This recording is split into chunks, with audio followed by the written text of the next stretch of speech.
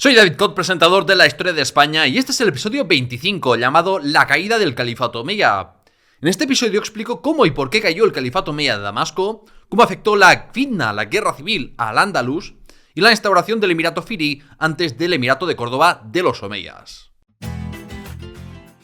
Suscríbete en YouTube y podcast a La Historia de España, presentada por David Cot.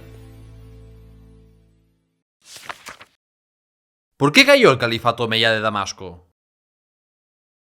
Antes de empezar, acuérdate de darle al botón de suscribirte y a la campanita si estás en YouTube. Y si te gusta mucho el programa, por favor, apóyalo convirtiéndote en mecenas en patreon.com/lahistoriahispana. Bien, demasiadas veces cuando se lee en libros de historia de España sobre la transición del Califato Omeya de Damasco al Emirato de Córdoba, todo lo que se cuenta está demasiado enfocado a lo que pasaba en Al-Ándalus, cuando lo más importante es qué pasaba en el centro del imperio y del mundo islámico, porque sin ese caos, Al-Ándalus no habría sido independiente. Por eso voy a hablar de la tercera fitna y la revolución abasí que puso el fin al Califato Omeya de Damasco, y luego me centraré en qué pasaba en Al-Ándalus durante estos tiempos convulsos. Pero antes, además de la propia revolución abasí, ¿qué causas explican la caída de la dinastía Omeya de Damasco? La lista de factores que fueron decisivos o condicionaron el cambio dinástico del califato es muy larga, pero es importante determinar qué variables desencadenaron la destrucción del califato omeya, porque el califato omeya durante toda su vida tuvo una serie de problemas recurrentes y estructurales como cualquier otro estado, sin que estos problemas provocasen el fin de la dinastía. Según el historiador Khalid Yahya Blankenship, lo más decisivo en la caída del califato omeya fueron los reveses militares externos sufridos durante el califato de Hisham ibn Abd al-Malik. ¿Por qué? Pues porque desde la década del 730 las tropas árabes de Siria, que eran la columna vertebral del poder de los omeyas, quedaron muy diezmadas con derrotas importantes en el Cáucaso, Transoxiana, Anatolia e India. No solo las tropas sirias fueron diezmadas, sino que ejércitos de otras regiones perdieron hombres y tuvieron que ser reforzadas con esas mismas tropas sirias que habían sufrido grandes pérdidas, pero que eran las tropas en las que más confiaban los califas, y las más leales por los privilegios que gozaban. La gran revuelta bereber ya vimos que fue causada tanto por esos reveses militares que señalaban que las conquistas y perspectivas de botín habían terminado, como por la discriminación que sufrían los magrebíes. Y en numerosas batallas, los ejércitos sirios terminaron derrotados y perdieron miles de hombres. El número de soldados que se podían reclutar entre los árabes sirios no era ilimitado, ni tampoco se podía reemplazar fácilmente la formación y experiencia militar de los soldados caídos. Así pues, las tropas árabes sirias estaban diezmadas, descontentas y ya no tenían la superioridad militar de antaño respecto al resto de tropas califales. Además, a diferencia de en épocas anteriores, en la década del 740, los ejércitos sirios estaban dispersos por todo el califato omeya, lo que significa que Siria se quedó con pocos soldados para proteger el centro del poder del califa, y los ejércitos de Irak, Jorasán u otras regiones habían ganado poder relativo y podían intervenir más en política. En definitiva, el mantenimiento de la política expansiva en todos los frentes bajo el califa Hisham ibn Abd al-Malik llevó al fatal debilitamiento del ejército sirio y del califato omeya en su conjunto. Y esa fue la causa decisiva que permitió que las tensiones internas y las guerras intestinas afloraran. Las circunstancias habían cambiado y no se podía continuar indefinidamente con las conquistas árabes. Pero claro, los omeyas eran el establishment del sistema, y todas las medidas que podían tomar quedaban necesariamente a mitad del camino y eran insatisfactorias. Solo podían poner parches al sistema, pero no hacer un cambio revolucionario. Y ese cambio drástico solo pudo venir desde fuera del status quo, desde los opositores. El establishment omeya no podía dar respuestas satisfactorias a las demandas de igualdad de los cada vez más numerosos no árabes convertidos al Islam. Y los desastres militares crearon una crisis en la hacienda que intentó ser compensada con mayores exigencias fiscales. Suma derrotas y mayores impuestos, y lo que tienes es una población cada vez más descontenta y una crisis de legitimidad de la dinastía omeya que hizo que algunos empezaran a ver a otros pretendientes como alternativas reales a los omeyas. Las voces de los disidentes se hicieron cada vez más fuertes. Estaban los musulmanes que cuestionaban la legitimidad de los omeyas para guiar a la umma, la comunidad islámica, porque parecían tiranos más preocupados por recaudar que por la fe. Estos creían que los familiares del profeta podrían interpretar correctamente el Corán y la Suná y que sus decisiones serían guiadas por Dios para traer la paz a los musulmanes. Luego estaban los resentidos por los elevados impuestos o por los privilegios de la aristocracia y ejército árabe de Siria, mientras que los intereses regionales quedaban diluidos ante la centralización omeya y los que no eran de Siria se veían excluidos de los puestos de poder más importantes. Y finalmente estaban los no árabes convertidos al Islam, que veían como no eran tratados como musulmanes iguales a los árabes. Y además de estar excluidos del poder, muchas veces sufrían abusos y vejaciones a causa del supremacismo árabe. Estas quejas ya llevaban décadas ahí, y habían sido controlables hasta que el principal pilar del califato omeya, sus preciadas tropas árabes sirias, habían sufrido muchas bajas. Y quizás lo peor es que el malestar no solamente estaba entre quienes estaban excluidos de los círculos de poder, sino que las luchas intestinas afectaron a los propios ejércitos de Siria y a la dinastía omeya, hasta el punto de que hubo omeyas que apoyaron levantamientos chiíes o jaríes que iban directamente en contra de ellos mismos. Es en este contexto cuando surge en todos los rincones del califato el conflicto Qaisí-Yemení, un conflicto de tintes tribales que mencioné de pasada en el episodio 21, el Islam y las conquistas árabes, y que hasta entonces había afectado principalmente a las provincias, pero en la década del 740 la predominancia de una facción podía provocar un cambio de califa. Según el historiador árabe Shaban, los qaisíes eran partidarios de mantener la supremacía árabe y seguir con las conquistas, mientras que los yemeníes eran proclives a integrar a los no árabes en la nueva sociedad islámica. Sin embargo, las crónicas árabes presentan los enfrentamientos como luchas tribales, y un estudio de Patricia Cron demuestra de forma contundente que no había unas diferencias ideológicas entre qaisíes y yemeníes. Entonces, ¿qué eran los qaisíes y yemeníes? Pues eran facciones de poder árabes que justificaban sus lazos en genealogías bastante ficticias. Unas facciones inestables encabezadas por jefes políticos y militares con capacidad de movilizar apoyos árabes y de maulas de sus redes clientelares que esperaban recibir a cambio puestos y riquezas.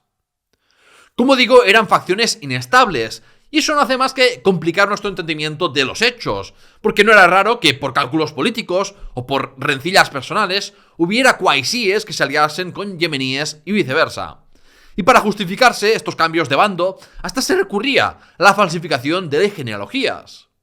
La intensificación de las luchas políticas entre qaisíes y yemeníes no habría sido posible si el propio califato no hubiera entrado en crisis por los desastres militares de Hisham ibn Abd al-Malik. Y así fue como la tercera fitna de la historia islámica y la revolución abasí pudieron ocurrir. Estalla la tercera fitna.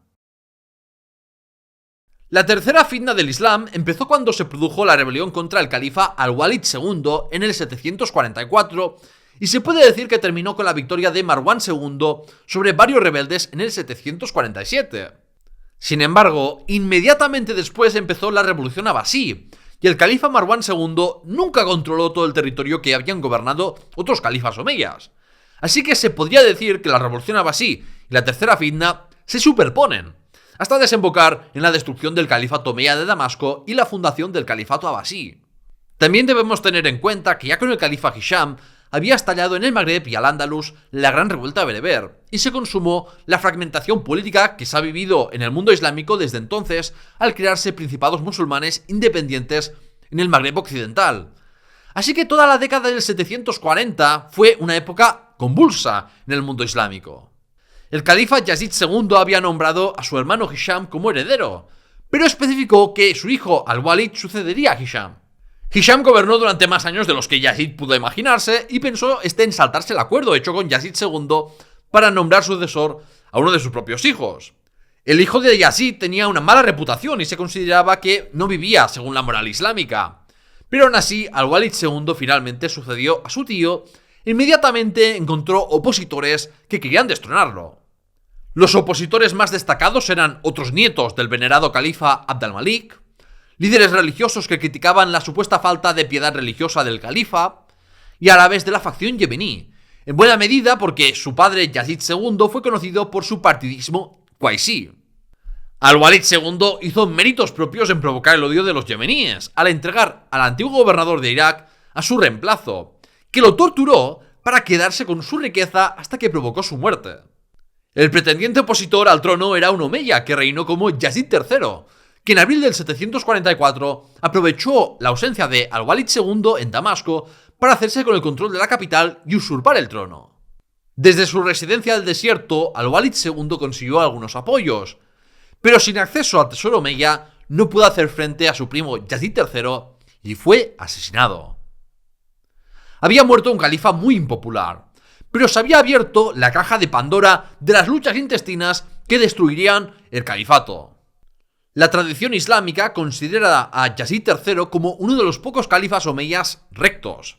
Incluso tenía una mejor consideración en vida que Umar II porque teóricamente había sido elegido por una asamblea musulmana en vez de por la vía sucesoria hereditaria. Yazid III tuvo el apoyo de los yemeníes y aceptaba los principios teológicos de una rama minoritaria del Islam que apoyaba la idea del libre albedrío de los humanos y por tanto lo responsabilizaba de sus actos, en contraste con la visión más mayoritaria de la omnipotencia de Dios y la predestinación de los hechos. Por eso, Yazid prometió terminar con los abusos de poder como el trato predilecto que recibían los árabes sirios o los impuestos cada vez más onerosos, y afirmó que si fallaban en cumplir sus promesas, los musulmanes tendrían el derecho a deponerlo. Sin embargo, este programa reformista demostraba la debilidad del califa y del ejército sirio, y además Yazid no tuvo tiempo de llevar a cabo sus promesas porque falleció a los 6 meses. Había nombrado heredero a un hermano suyo, pero este inmediatamente tuvo que enfrentarse a la rebelión de Marwan II, gobernador de Armenia y Azerbaiyán, que había destacado por sus campañas militares contra bizantinos y jázaros y se apoyaba en la facción Qaisí.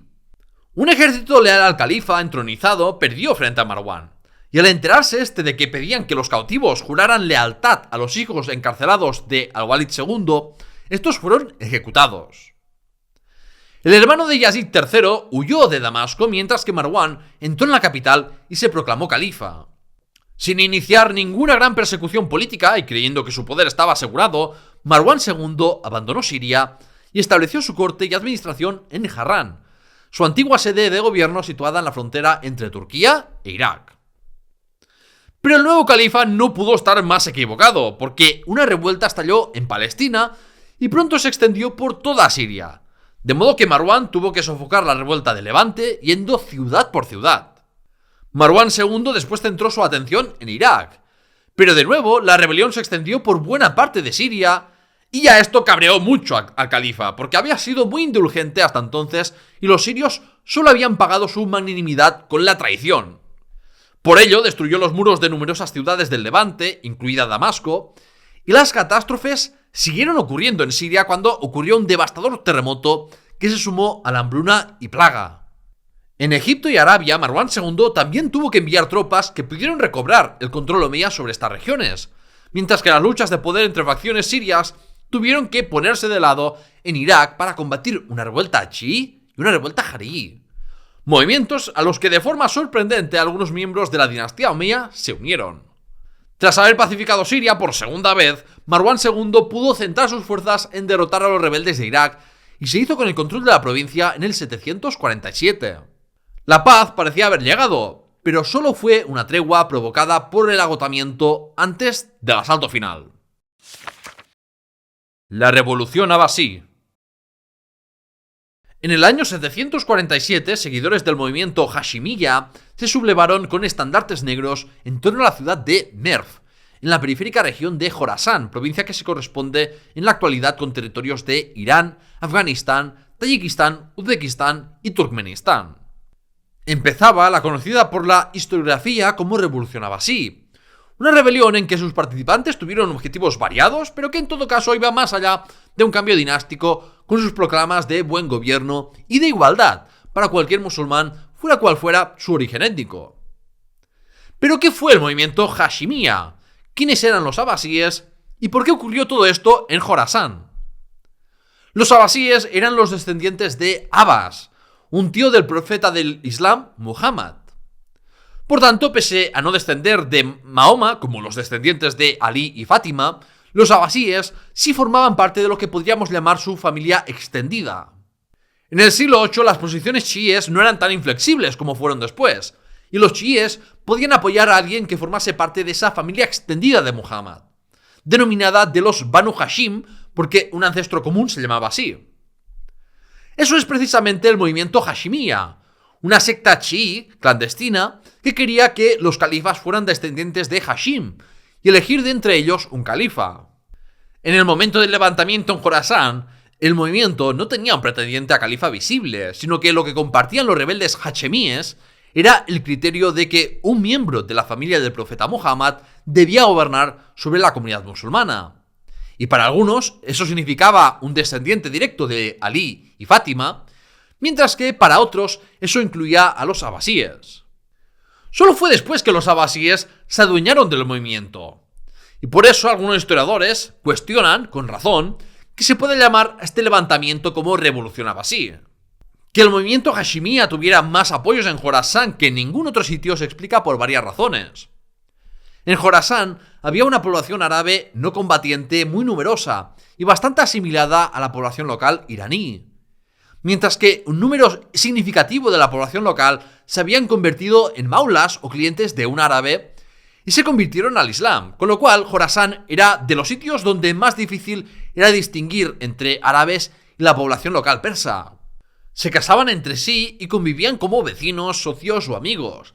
Y por esa estrecha relación entre árabes y no árabes, muchos árabes de Jorasán se posicionaron a favor de las demandas de igualdad de los maulas y a la visión universalista del Islam contraria a la supremacista árabe defendida por los omeyas. La provincia de Jorasán había sido conquistada desde Irak, y eso también explica, en parte, la oposición al régimen omeya centralizado en Siria y la popularidad de la rama chií del Islam, que no hizo más que ganar adeptos tras la crucifixión de un rebelde descendiente de Ali en el 743.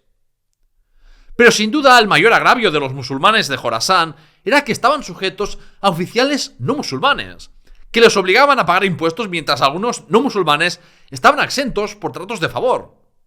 Hay que entender que, a diferencia del oeste de Irán, ya en época sasánida, Jorasán era una zona sin un control centralizado y con múltiples principados iranios.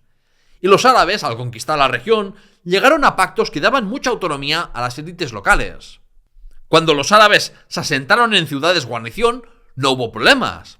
El problema vino cuando se dispersaron y se encontraban sujetos a oficiales no musulmanes que les hacían pagar impuestos cuando en principio no les tocaba. El último gobernador omeya de Jorasán intentó reformar el sistema fiscal, pero parece que la medida llegó demasiado tarde para ser efectiva y evitar los sentimientos anti-omeyas. El terreno para la rebelión era aún más fértil si tenemos en consideración que desde que en el calendario musulmán llegaron al año 100, el año 722 nuestro, hubo en el mundo islámico un surgimiento del milenarismo y de la expectativa de la llegada de la figura mesiánica del Islam, el Mahdi, que debía eliminar el mal antes de la llegada del juicio final. El movimiento Hashimiyya se aprovechó de estas expectativas, empezando el levantamiento con estandartes negros asociados al Mahdi en la periférica región de Jorasán para así emular la égira de la Meca a Medina. Del mismo modo que los medinenses ayudaron a Muhammad a derrotar a los líderes de la Meca, los árabes e iranios de Jorasán ayudarían a los familiares del profeta del Islam a recobrar el poder político y religioso sobre la umma. ¿Y qué participación tuvieron los abasíes en este movimiento en su etapa clandestina? Los abasíes habían asentado en Jordania y no se mostraron políticamente activos como opositores a los omeyas durante bastantes años. Esto cambió a partir del 716, cuando circuló el rumor de que los descendientes de Ali habían transferido el imamato, o su derecho de gobierno, a los abasíes, lo que daba legitimidad a los abasíes para reclamar el califato desde el punto de vista de los chiíes. En la década del 740, los abasíes fueron tejiendo una extensa red de alianzas y seguidores gracias a un maula de los abasíes llamado Abu Muslim. Los propagandistas hachemíes de Irak y de los abasíes asentados en Jordania consiguieron apoyos de árabes de Jordania, especialmente yemeníes, persas y otros no árabes que estaban cansados de ser tratados como ciudadanos de segunda. Líderes religiosos piadosos que consideraban a los omeyas más como reyes o tiranos que como califas, y de leales a la familia de Ali, que creían que solo los descendientes de Muhammad podían gobernar la umma. Todo esto es lo que explica cómo estalló la rebelión hachemí en Jorasán encabezada por Abu Muslim. pero sin decir públicamente que trabajaba para los abasíes. El gobernador omeya de Jorasán había pedido ayuda ya antes, pero el califa de Damasco no había tenido recursos para prestar atención a lo que pasaba en una de las provincias más orientales del imperio. Seguro que luego Marwán se arrepintió de no haber prestado atención a los peligrosos desarrollos de Jorasán que provocarían la estocada final de su califato. Los ejércitos hachemíes estaban compuestos principalmente por árabes de Jorasán e iranios, y fueron liderados por Abu Muslim, y con su agudeza política y militar pudieron poner bajo su control el Jorasán y la Transoxiana y extender rápidamente el movimiento rebelde por Irán. Cuando los estandartes negros llegaron a la ciudad guarnición árabe de Kufa, los iraquíes no tardaron en expulsar a su gobernador omeya siguiendo su tradicional posición anti-omeya chií. Durante este periodo, el imán Ibasí había sido arrestado por orden de Marwán II y murió no se sabe si asesinado o por enfermedad. Y su hermano Abu al-Abbas al-Safá lo sucedió como candidato a califa. El jefe del movimiento hashimía en Kufa había querido convocar una shura, una asamblea consultiva, para escoger al candidato de la familia del profeta más adecuado. Pero gracias al político y general Abu Muslim, el patriarca Abasí al-Safá básicamente dio un golpe de estado dentro del movimiento y se proclamó califa, evitando así la candidatura de descendientes de Ali.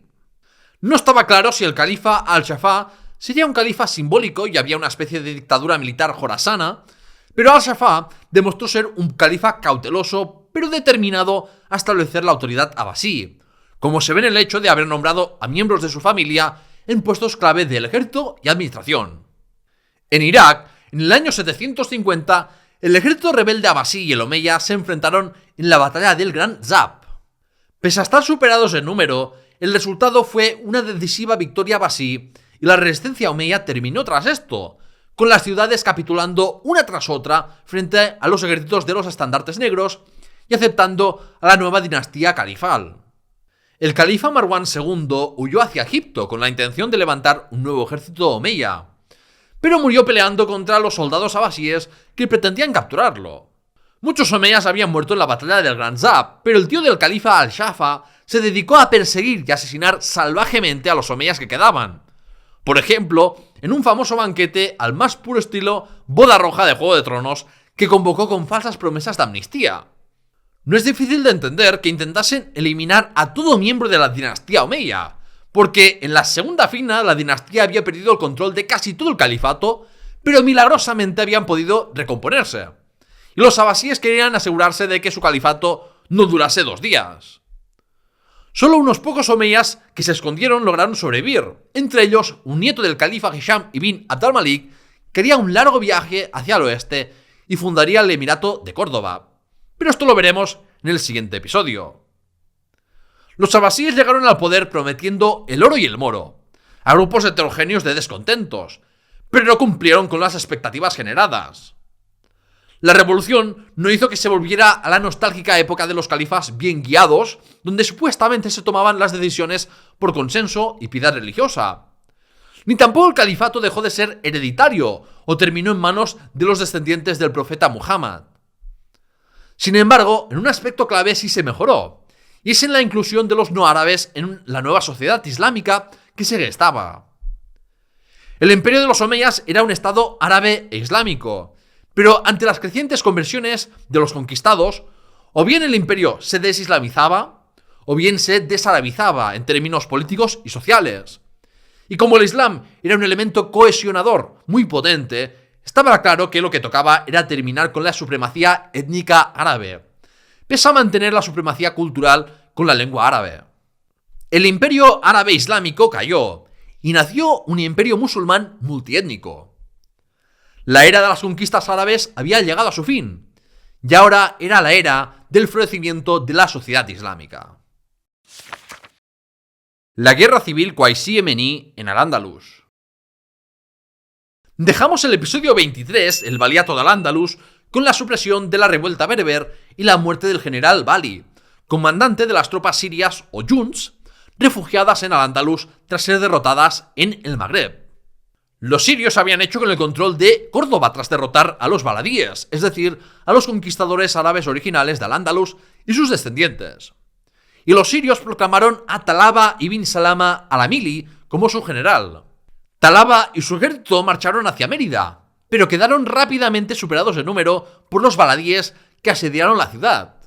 Los baladíes se tomaron con calma el asedio, porque estaban muy confiados de que los sirios no tenían escapatoria, tanto que tuvieron tiempo a celebrar una fiesta. Talaba vio entonces su oportunidad y consiguió hacer una salida a la desesperada y derrotar a los asaltantes. Los sirios capturaron numerosos hombres, mujeres y niños, y de vuelta a Córdoba vendieron en contra de los preceptos del Corán a estos esclavos musulmanes a quien menos ofreciese, como muestra del enorme desprecio que sentían hacia los baladíes y especialmente aquellos de la facción yemení. En Al-Ándalus, este cóctel de odio entre facciones qaisíes y yemeníes se complicó al mezclarse con el conflicto entre sirios y baladíes. Algunos árabes se quejaron de los abusos de Talaba y el gobernador de Ifriqiya designó un nuevo gobernador para Al-Ándalus en el 743 para poner fin a los desórdenes causados por la revuelta bereber y el conflicto entre facciones árabes que estalló tras la llegada de los sirios. Abu al-Jattar entonces indultó a los bereberes que Talaba pretendía ejecutar, restituyó la libertad y propiedades de los árabes baladíes y forzó la expulsión de Talaba y otros notables sirios, mientras que asentó a los yun sirios en distritos militares por el sur de Al-Ándalus. Al-Jattar entregó circunscripciones territoriales a los árabes sirios, que les permitía cobrar los impuestos de su distrito militar y quedarse con un tercio de lo recaudado entre los dimíes, a cambio de su servicio militar, además de otras ventajas como por ejemplo cobrar más en campaña que los baladíes. Esta medida de Abu al-Jattar fue realizada por consejo del hijo del rey visigodo Bitiza, Ardobastro, y esto permitió dispersar a los yun sirios, a las varias unidades de tropas, y asentarlos en territorios sin por ello arrebatar propiedades a los baladíes o a los nativos hispanogodos. Y además era una forma de implicar a los militares sirios en la recaudación fiscal y recolección de víveres y provisiones para las campañas. El yun de Damasco se asentó en la Cora o provincia de Elvira, Granada. El de Jordania en la Cora de Raya, aproximadamente la actual provincia de Málaga. El de Palestina en Medina Sidonia y Algeciras. El de Emesa en torno a Sevilla y Niebla. El de Kinasrin en la Cora de Yayán, más o menos la actual Jaén. Y el regimiento de Egipto quedó dividido y una parte fue al Algarve portugués y otra a Tudmir, en las provincias de Murcia y Alicante. El ejército de Egipto estacionado en Tudmir no tardó en estrechar lazos con Teodomiro, antes de fallecer este, porque entregó a su hija en matrimonio a un jefe del yun sirio llamado Hatab, y así el linaje de los Banu Hatab siguió siendo uno de los más destacados durante todo el periodo de dominación musulmana en Murcia. Los árabes sirios de Egipto no tardaron en devolver el favor, porque sabemos que el valí Abu al-Jattar había reclamado al heredero de Teodomiro, llamado Atanagildo, una gran suma de dinero que supuestamente debían impuestos, y el ejército sirio no tardó en pagarle la deuda. También hay que decir que, aunque en este reparto los yuns no recibieron tierras en propiedad, luego sabemos que hubo árabes sirios que accedieron a la propiedad de la tierra gracias a intereses comunes con terratenientes godos, ya fuera comprándoselas por vía matrimonial o por donaciones, como las que hizo Ardobastro al repartir más de 100 aldeas de su propiedad entre los sirios. El asentamiento de los sirios tuvo un profundo impacto político durante el Emirato de Córdoba y en la gran influencia del elemento árabe en el sur de la península ibérica. Para desgracia del gobernador, aunque sus políticas fueron buenas, los problemas del califato omeya tras el asesinato del califa al-Walid II no permitieron frenar el conflicto qaisí-yemení en Al-Ándalus, y además a Abu al-Jattar se le acusaba de favorecer más a los yemeníes. Ante el aparente favoritismo, el jefe del ejército de Kinasrin, llamado al-Sumail, protestó, pero los guardias del gobernador le dieron una paliza. Según las crónicas, al-Sumail terminó con el turbante desarreglado y humillado en público, y tras esto los qaisíes se alzaron en armas bajo su mando. Al-Sumail fue lo suficientemente hábil como político para conseguir el apoyo de algunos yemeníes y proponer a uno de ellos como valí, como gobernador. Y gracias a esta coalición, los rebeldes derrotaron y apresaron a Abu al-Jattar en la batalla de Guadalete del 745, lo que supuso, de hecho, el fin del control de representantes del califato omeya de Damasco sobre Al-Ándalus. El gobernador yemení fue un valí títere, luego confirmado por el gobernador de Ifriqiya, pero quien gobernaba en realidad era Al-Sumail. Pero luego, un grupo de árabes yemeníes entraron en el Alcázar de Córdoba como si fueran un grupo de operaciones especiales y liberaron a Abu al-Jattar en el 746. El valí títere evitó enfrentarse al ejército yemení reunido en el Algarve portugués, pero no tardó en fallecer y Al-Sumail escogió al último valí de Al-Ándalus, un hombre mayor llamado Yusuf ibn Abderrahman al-Fihri. Yusuf no era un hombre cualquiera. Había servido de gobernador de Narbona en los años 730, pero lo más destacable era su linaje, porque pertenecía a la tribu de los Quraysh, la misma tribu que los familiares de Muhammad o que los omeyas, y era descendiente directo del prestigioso fundador de la ciudad de Kairouan, Uqba ibn Nafi. Eduardo Manzano Moreno ve en la elección de Yusuf al-Fihri como una alianza entre una facción de los baladíes y de los sirios qaisíes, que pronto se dedicaron a recompensar con puestos de poder a miembros de su facción a costa de los afiliados a la facción yemení. Contra la política pro-qaisí se sublevó el gobernador árabe yemení de Narbona, pero en el 748 fue asesinado y reemplazado por uno leal al valí de Al-Ándalus, mientras que el gobernador de Raya, esto es, Málaga, había sido reemplazado y por eso se unió al exgobernador Abu al-Jattar. La pugna final por el poder se libró en las afueras de Córdoba, donde Al-Sumail y Yusuf derrotaron a los yemeníes encabezados por Abu al-Jattar en la encarnizada batalla de Secunda del 747. Y esta vez ejecutaron a su líder y provocaron una matanza de yemeníes. El Emirato Fihri y la revuelta pro-abasí. Con la victoria de la batalla de Secunda y viendo cómo el califato omeya se estaba desmoronando, podemos considerar que Yusuf al-Fihri fue el último valí de Al-Ándalus y su primer emir independiente, pese a que su figura y emirato han quedado olvidados por su brevedad ante el triunfo del príncipe omeya Abderrahman I. El clan de los Fihríes pudo usar su prestigioso linaje para consolidar un reino en Al-Ándalus y también en Ifriqiya, donde un pariente de Yusuf llamado Abderrahman ibn Habib al-Fihri se había proclamado valí tras el asesinato de Al-Walid II. Su familiar no controló el Magreb occidental y tras la caída del califato omeya en el 750 intentó entrar en vasallaje nominal con los abasíes. Pero cuando los abasíes demandaron más que un control nominal, se opuso a reconocerlos y dio cobijo a supervivientes omeyas, una decisión de la que luego se arrepentiría. Volviendo al Andalus, tras la batalla de Secunda, el emir se quedó en Córdoba controlando el valle del Guadalquivir, mientras que Al-Sumail fue a Zaragoza para gobernar el valle del Ebro. Hay dos interpretaciones a este hecho: la de Leví Provenzal, que veía la relación entre ambos como de rivalidad y creía que al-Fihri pretendía alejar al líder de los Junts y librarse de su influencia, o bien la de Manuel Acién, que lo veía como un reparto de los territorios más ricos y con más asentamientos árabes, para gobernar mejor Al-Ándalus. La presencia de Al-Sumail en una plaza fuerte del Valle del Ebro también puede explicarse porque los musulmanes habían descuidado durante la guerra civil la frontera, y Alfonso I de Asturias había aprovechado para hacerse fuerte y expulsar a los musulmanes de Kilikia, el cuadrante noroeste peninsular, además de atacar fortalezas musulmanas y provocar su abandono en la provincia de Burgos. Todo esto coincidió con una terrible sequía y hambruna que afectó a gran parte de la península ibérica, con lo que la situación general era bastante crítica. En esos años de penurias, un hombre de la tribu de los Quraysh llamado Amir al-Abdari solicitó al califa abasí un diploma reconociéndole como valí de Al-Ándalus. Su familia estaba establecida en Córdoba, pero antes de poder reunir suficientes seguidores cerca de la capital, parece que el emir Fihri se enteró de toda esta conspiración y Amir tuvo que huir en dirección a Zaragoza. Ahí, al-Abdari salió con otro miembro de la tribu de los Quraysh, y con el reconocimiento del califa abasí, pudieron reclutar a bereberes y a yemeníes, que eran los árabes mayoritariamente asentados en el valle medio del Ebro. De este modo estalló la rebelión pro-abasí del 754 y los rebeldes asediaron Zaragoza, defendida por el general qaisí Al-Sumail. Al-Sumail solicitó refuerzos al emir Yusuf al-Fihri, pero este no tenía suficientes hombres para enviar.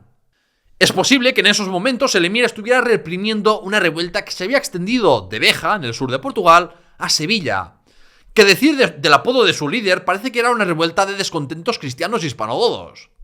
Así que Al-Sumail tuvo que apañárselas solo y se las arregló para solicitar socorro a los junts de Kinarrin y Damasco establecidos en Jaén y Granada, que tras algunas reticencias mandaron ayuda. Tras escuchar sobre la llegada de refuerzos, los sitiadores levantaron el cerco. Los refuerzos sirios fueron muy bien recibidos por Al-Sumail.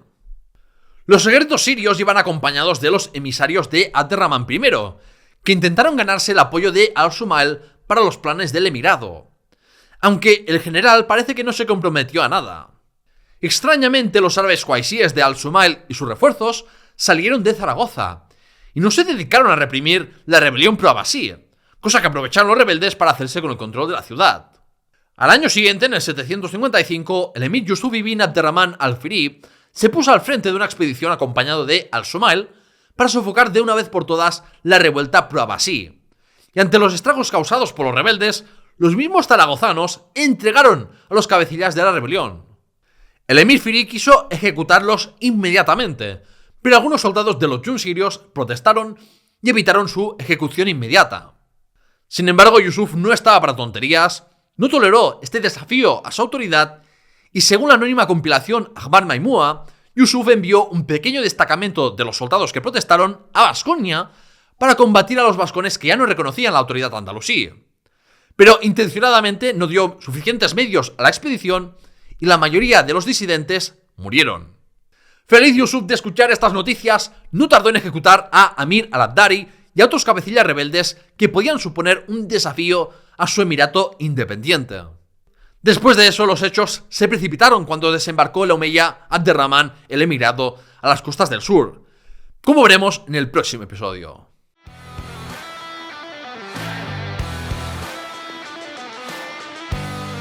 ¡El veredicto! En el veredicto de hoy quiero hacer un poco de historia alternativa y pensar en si se podría haber consolidado el Emirato Fihri. De las fechas de la historia del Andalus que se destacan tenemos, por ejemplo, el 711 por la conquista, el 756 con la fundación del Emirato de Córdoba, Omeya, o el 1031 con la disolución del Califato de Córdoba. Pero si no hubiera llegado un príncipe Omeya refugiado, hubiese sido derrotado por Yusuf al-Fihri, toda la historia andalusí posterior hubiera sido muy distinta. Para empezar, tendríamos enmarcado el año 747 como la fundación del Califato Fihri de Córdoba, y Yusuf probablemente se habría enfrentado a unos problemas similares a los que Abderramán I se enfrentó para hacer valer su autoridad frente a los señores árabes y bereberes de las provincias. Ya en sus años de gobierno, Yusuf tuvo que enfrentarse a facciones de árabes yemeníes, rebeldes hispanogodos en Beja, y una revuelta que pretendía instaurar el dominio efectivo de los abasíes. Y como le pasó a Abderramán I, es más que probable que Yusuf se hubiera tenido que enfrentar a más intentos abasíes de destronarlo. Los firíes tenían buenos apoyos entre algunos árabes baladíes y bereberes, y con su alianza con Al-Sumail pudieron mantener la lealtad de los sirios, con lo que no era una coalición de gobierno débil, y pudieron haber mantenido su autoridad efectiva sobre un Al-Ándalus independiente. Claro que comparándolo con el nombre de los omeyas, el de los firíes se queda pequeño, no es tan impresionante. Eso provocó algunos cambios de bando, así que sin duda fue la llegada de un omeya quien cambió el destino de los firíes y al-Ándalus. Y con eso, el veredicto termina. Antes de que te vayas, no te olvides de suscribirte y darle a me gusta y a la campanita si me ves en vídeo. Y por favor, si quieres ayudarme a hacer posible este programa, únete a mi comunidad de mecenas en Patreon.